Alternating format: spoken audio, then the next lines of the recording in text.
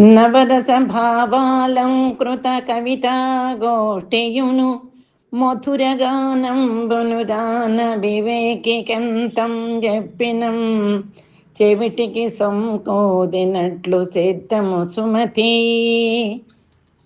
సుమతి, శృంగారం మొదలైన 9 రసాలు క్రొత్త భావాలు కవిత్వానికి అందం తెస్తాయి. అట్టి కవిత్వాన్ని కవి, తీయని పాటను గాయకుడు, వివేకం లేని వానికి వినిపించటం అనేది వినేశక్తి లేని వాని ముందు శంఖం ఊదటం వంటిది. ఇది అనుభవం వల్ల తెలిసే విషయం.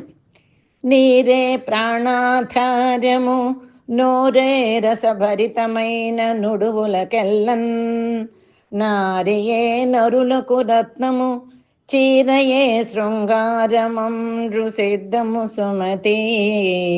సుమతి, నరుల ప్రాణాలకు ఆధారం జలమే.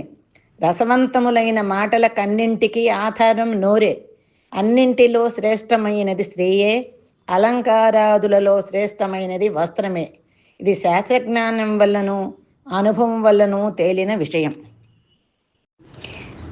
నడువకు మీ తెరునొక్కటం, గొడువకు మీ శత్రునింటం గోరిమి తోడన్, ముడువకు మీ పరధనములు, నుడువకు మీ ఒరుల మనసు నొవ్వంగ సుమతి. సుమతి, తోడు లేకుండా ఒంటరిగా బాటలో నడిచిపోవద్దు.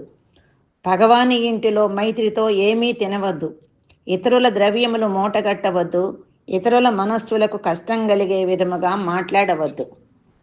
నయమనం బాలం ద్రావరు భయమున విషమైన కాని భక్తింతురుగా, నయమెంత దోషకారియు భయమే చోపంగవలయు వాగుగ సుమతి.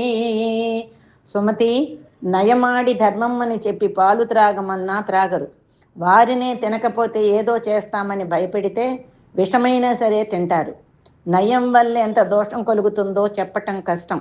కనుక పనులు కావాలంటే చేసేవారిని ఎక్కువగా భయపెట్టాలి. నయం అంటే బ్రతిమాలటం. పతి కడకుందన్నం గూకిన సతి కడుకును వేల్పు కడకు సర్కురు కడకున్, సుతు కడకు రిత్త చేతుల మతి మంతులు చెనరు నీతి మార్గము సుమతి. సుమతి, బుద్ధిమంతులైన వారు రాజును, భార్యను, దేవుని, ఉపాధ్యాయుని, కుమారుని వట్టి చేతులతో సమీపించరు.